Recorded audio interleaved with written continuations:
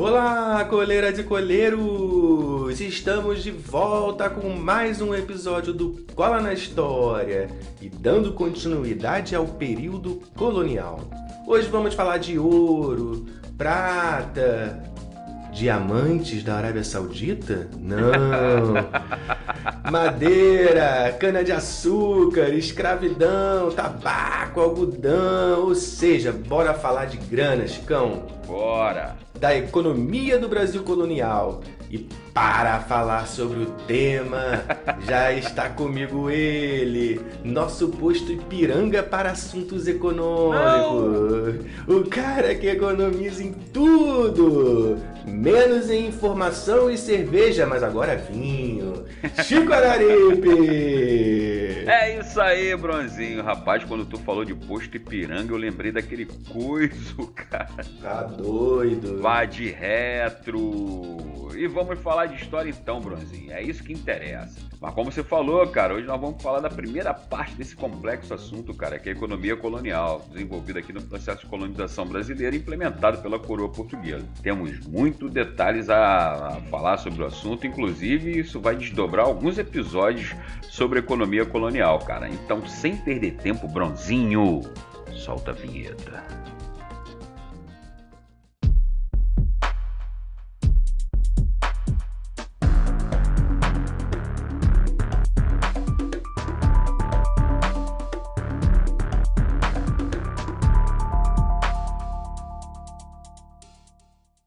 Chicão, no nosso último episódio, falamos sobre a organização administrativa estabelecida por Portugal aqui no Brasil.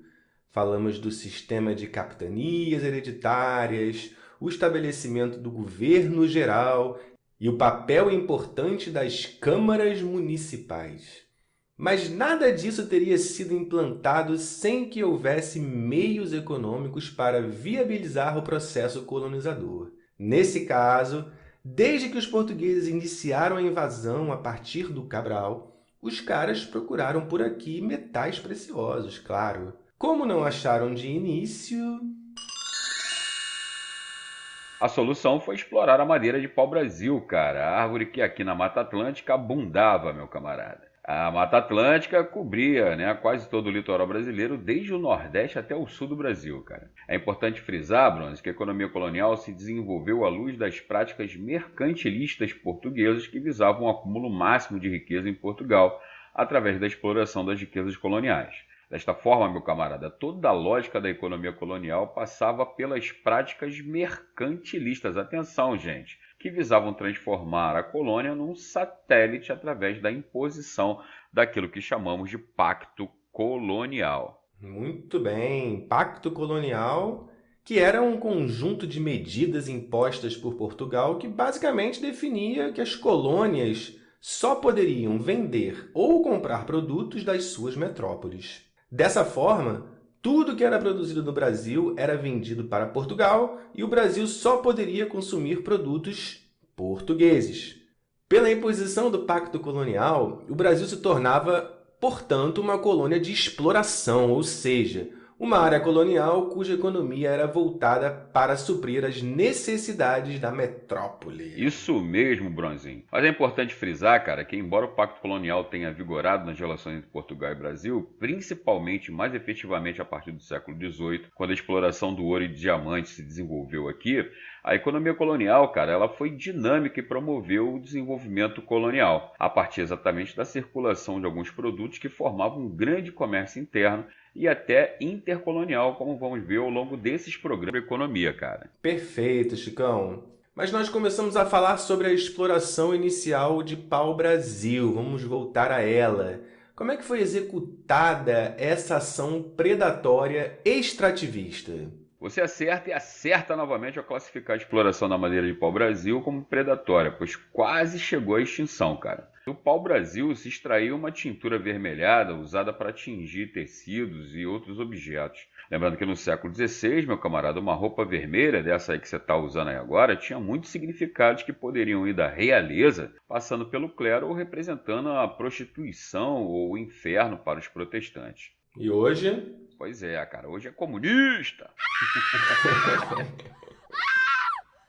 Fato é que a tintura, cara, tinha valor comercial e passou a ser amplamente exportada para Portugal. O serviço era executado por indígenas que, em regime de escambo, cortavam as árvores e transportavam esses troncos até os entrepostos de embarque. Isto é, os indígenas, né, no caso do escambo, recebiam pequenos objetos, bugigangas, né, cara, em troca do corte do transporte desses troncos até os portos de embarque da madeira. A coroa tinha um monopólio de exploração, mas poderia também oferecer a interessados no negócio, como aconteceu, por exemplo, com Fernão de Noronha, cristão novo, um judeu convertido ao cristianismo, que recebeu o direito de exploração, se comprometendo, meu camarada, a derrubar 300 léguas de mata por ano, meu camarada. Tipo o que faz hoje na Amazônia, né? Pois é, cara, bastante coisa. Mas lógico que esse regime de escambo foi substituído pela escravização indígena. Então, Chico, a exploração do pau-brasil pode ser considerada a primeira atividade em grande escala empreendida pelos invasores, que inclusive, né, não parou com a introdução da cana-de-açúcar no Brasil. Perfeitamente, Bronze. Isso não leva a frisar, cara, porque por mais que usemos o termo ciclo do pau-brasil ou ciclo do açúcar para definir as etapas econômicas do Brasil colonial, temos que ter sempre em mente, cara, que as atividades econômicas foram concomitantes. E quando usamos a palavra ciclo, estamos nos referindo apenas a uma principal atividade. Em sendo assim, meu camarada, à medida em que a cana-de-açúcar ia sendo plantada no Brasil, a exploração de pau-brasil continuava, até porque para plantar cana tinha que derrubar a mata. E derrubando a mata se extraía aquela madeira que era considerada uma madeira nobre, meu camarada. Isso aí, Escão. Então conta pra gente como se estabeleceu então a grande economia açucareira, produto que possibilitou de fato a colonização portuguesa no Brasil. Certo, Bronze. Você tá um docinho hoje, cara. Pô, sua mãe passou açúcar em você, querido? E a mãe passou açúcar em mim.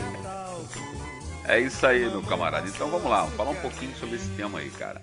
Como já vimos nos episódios anteriores, cara, a cana é uma planta de origem asiática, né, cara? E passou a ser conhecida pelos europeus com o advento das cruzadas. Logo, o açúcar, principal produto derivado da cana, era uma especiaria rara e cara. Daí os portugueses usarem para efetivar a colonização do Brasil, pois já produziam a cana-de-açúcar, né, nas suas possessões, a Ilha dos Açores e a Ilha da Madeira. Foi o Martim Afonso de Souza, cara, o responsável por plantar a cana aqui no Brasil, né? E fundar, inclusive, o primeiro engenho açucareiro no Brasil, na região do atual estado de São Paulo, o famoso Engenho do Governador. Tirava a onda o Afonso, hein, cara? Pois é, eu discordo desse negócio que o açúcar é o principal produto da cana. Tem a cachaça também, né, meu compadre? Porra, óbvio, né, cara? Discorda aí, Escão. Fica a minha reprovação a esse. Deita muito tarde, levanta cedo com a boca marcando e cuspindo azedo. Os engenhos de açúcar eram verdadeiras agroindústrias, né, Escão? Começava aí a nossa vitoriosa economia agroexportadora com uma rígida divisão de trabalho baseada no sistema de plantation. Plantation? A aula de inglês? Agro é pop, né, cara? Lembrando aos ouvintes aí, cara, que o sistema de plantation. Mister Plantei. É aquele, cara, que reúne a grande propriedade, famosos latifúndios, trabalho escravizado e monocultura voltada para exportação sempre, meu camarada. Ou seja, a nossa história na indústria começou com a exploração do trabalho escravizado, tanto do indígena quanto do negro africano, que a partir do século XVI, logo no início da colonização, começou a ser trazido para o Brasil já. Iscão, trabalho escravo que, infelizmente, né, a gente já viu aí há pouco tempo lá no sul, né, naqueles vinhedos, continua uma forma de trabalho ainda análoga à escravidão em muitas fazendas espalhadas pelo Brasil. Pois é, meu camarada, independente da região, o trabalho análogo à escravidão ainda continua a ser amplamente utilizado pelo nosso agronegócio, né? Vamos esperar que esses descobertas, né? Cara, esses mal proprietários da terra serão descobertos e processados e cadeia deles, meu camarada. Mas é isso aí, meu camarada. Voltando aqui, os engenhos eram bastante caros e montar cara, requeria muita grana, cara. E para variar, Portugal não tinha muita gente, né, cara, que pudesse financiar esses investimentos, apostar nesses empreendimentos na época, né, meu cara? E Portugal ainda sofria com outro problema, né, a pouca viabilidade de transporte do produto para a Europa. Logo, meu camarada, os portugueses buscaram uma parceria que foi feita com a burguesia holandesa, né, na região de Flandres, cujos banqueiros ofereciam empréstimos destinados. Agora, pô, o banqueiro é muito bonzinho, né, cara? Podia oferecer um empréstimo aí, cara, destinados aos colonos para construir os engenhos aqui no Brasil. Os holandeses, cara, também se transformaram nos principais responsáveis pelo transporte do produto na Europa, já que os holandeses eram conhecidos como os carreteiros do mar, meu camarada. Ó, aí os holandeses então aparecendo aqui no Brasil, tomando conta aí do negócio. Sistema de parceria, né, meu camarada? Apesar do primeiro engenho ter sido erguido no atual território de São Paulo, foi no Nordeste que a cana-de-açúcar se adaptou melhor. Isso se explica pelo solo massapê, solo fértil da região, né? Então o Nordeste também despontando aí nesse início de ciclo açucareiro. Verdade, Bruno, mas não é apenas isso não, cara. O clima favorável, quente, úmido, bem como a proximidade da Europa, como já vimos, né? E a participação holandesa no financiamento, principalmente em Pernambuco, do donatário Duarte Coelho, foi fundamental para o sucesso da empresa açucareira na região nordestina. Foi em Pernambuco, cara, onde os maiores e mais rentáveis engenhos foram instalados. Mas ao longo de todo o litoral, passando pela Bahia, Espírito Santo, chegando até o Rio de Janeiro, os engenhos foram sendo instalados. Mas sem dúvida, cara, o Nordeste foi o maior produtor nos primeiros 2 séculos de colonização. Até hoje, cara, aqui no Rio de Janeiro tem alguns bairros, né, que remetem à instalação desses engenhos. Não muito nesse período que a gente está começando, no início da colonização, mas bem próximo aqui ao século XVIII, como o Engenho de Dentro, o Engenho da Rainha, o Engenho Novo, né? Muitos engenhos aí, meu camarada. Legal, interessante, Chicão. Mas o que é um engenho, então? Conta pra gente um pouquinho. Cara, os engenhos eram unidades produtivas de açúcar e de convivência das pessoas envolvidas nessa produção. As partes de um engenho se dividiam em casa grande, a moradia dos senhores, a senzala, o espaço destinado aos escravizados, a capela para as celebrações de festas religiosas e a área de produção de açúcar que estava dividida na plantação de cana, na fornalha, na moenda e na casa de purgar, cara. Além desses espaços, os engenhos ainda contavam com um bosque para extração de lenha e obtenção de água, área de criação de animais e a lavoura de subsistência, onde se plantava milho, mandioca, feijão para a alimentação da população do engenho, já que a galera não ia comer a cana-de-açúcar, né? Os engenhos, caras, eram grandes latifúndios ocupados pelos senhores de engenho, sua família, funcionários e escravizados. Lembrando e reforçando que nos séculos XVI e XVII, indígenas e negros traficados de África foram igualmente escravizados. Então, batendo muito nessa tecla aí, pessoal, para o nosso ouvinte não pensar que escravizado é sinônimo de negro. Os engenhos estavam variando também de acordo com a sua tecnologia. Havia os engenhos de trapiche, cuja moenda da cana, isso é, as engrenagens para moer a cana, eram movidas, vejam vocês, com trabalho animal ou humano. E tinha também os engenhos reais, aqueles cuja moenda era movida por água, que tornavam o trabalho mais rápido e eficiente, obviamente.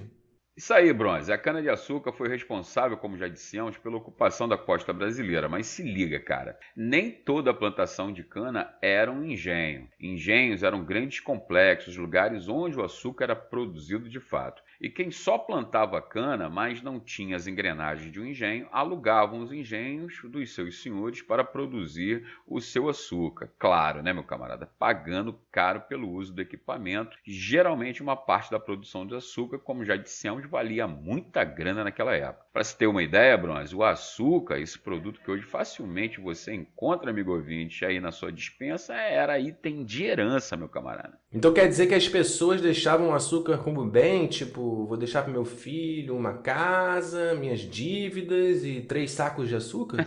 Aí, meu camarada. E os açúcares produzidos no Brasil eram sólidos, chamados pães de açúcar. Eram grandes blocos cristalizados em forma de cone, retirados das formas, que podiam pesar até 15 quilos. Está me lembrando um negócio isso aí, Chico. Isso aí, meu camarada. Agora você está descobrindo por que aquele pedregulho que está na entrada da Baía de Guanabara, aqui no Rio de Janeiro, né, cara? Um dos principais pontos turísticos aqui do Rio, se chama Pão de Açúcar. Exatamente por se assemelhar às grandes peças de açúcar cristalizado que eram produzidos nos engenhos.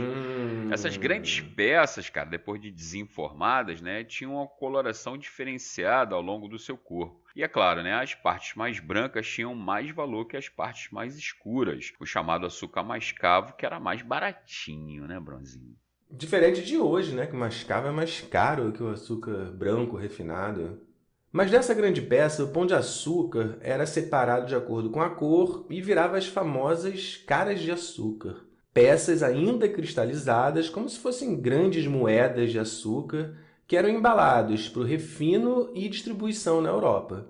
Interessante isso, Chicão. E para finalizar, então, o nosso episódio, Francisco, como era a sociedade açucareira? Cara, esse é um item muito importante, hein, Bronze? Então atenção aí, nosso ouvinte, aí, nosso aluno. A sociedade derivada da economia açucareira, cara, era patriarcal, ou seja, os senhores tinham total controle sobre sua família, escravizados, funcionários, assalariados, como mestre de açúcar, carpinteiros, cirurgiões e os agregados, que eram livres, mas praticamente trabalhavam pela proteção. Os senhores de engenho também representavam o poder político de uma determinada região nas famosas câmaras municipais, ou seja, os caras eram chamados homens bons lá da região, né, meu camarada? Então, se a gente fosse construir uma pirâmide para representar a sociedade açucareira, como é muito comum, cara, ela teria uma base bem larga representando os escravizados, né, índios e negros, como já falamos aqui, uma parcela intermediária bem fininha entre a base e o topo, representando as pessoas livres, assalariadas, agregados e comerciantes, e um topo bem pequeno, representando os grandes proprietários de terras, escravizados e funcionários da coroa portuguesa, claro, os funcionários mais importantes. Um jesuíta da época, viveu aqui no Brasil no século XVIII, Antônio, ele chegou a escrever um texto dizendo que ser senhor de engenho no Brasil era título que muitos aspiravam, porque trazia consigo o ser obedecido, né, cara? O famoso poder da terra. Aquilo que mais tarde a gente vai chamar de coronel. Muito bem, Chicão, nosso coronel, nosso senhor de engenho. Muito interessante esse capítulo sobre a economia e o ciclo açucareiro e do pau-brasil. Foi isso que a gente falou, Chicão? É isso aí, meu camarada. E no próximo episódio a gente vai falar sobre a economia criatória, né? Criação de animais, que foi uma economia muito interessante porque gerou aqui no Brasil um glorioso mercado interno, meu camarada. Chicão, antes da gente terminar esse episódio aqui, e a cachaça, cara? Fala aí da cachaça, como é que surgiu? Pois é, cara, a cachaça também era produzida nos engenhos como um subproduto da cana, cara. A cachaça era usada como um dos elementos de escambo do tráfico escravocrata, né? A cachaça era levada para trocar por negros escravizados lá nos entrepostos africanos. E aqui a cachaça era vista como uma bebida, vamos dizer assim, das classes menos populares. Que o fidalgo ele bebia a garapa, né? A bagaceira que vinha de Portugal. E a cachaça foi, ao longo do tempo, se tornando um produto, inclusive, depreciado aqui, né? Aquele que usa cachaça era comumente chamado de cachaceiro. Que absurdo! Hoje, né, a cachaça está se tornando um grande produto de exportação do Brasil. Inclusive, algumas cachaças que são premiadíssimas aqui no Brasil custam valores superiores à aguardente escocesa, o famoso uísque, né, meu camarada? Palmas para nossa cachaça que... Calma, é um orgulho pra mim, quando me chamam de cachaceiro é um orgulho. Palmas para nossa cachaça que com gelo e limão, cara, faz a nossa gloriosa caipirinha, meu camarada. Viva a cachaça! Viva a cachaça brasileira, meu camarada. Muito bem, pessoal, sem mais delongas, chega de enrolar vocês.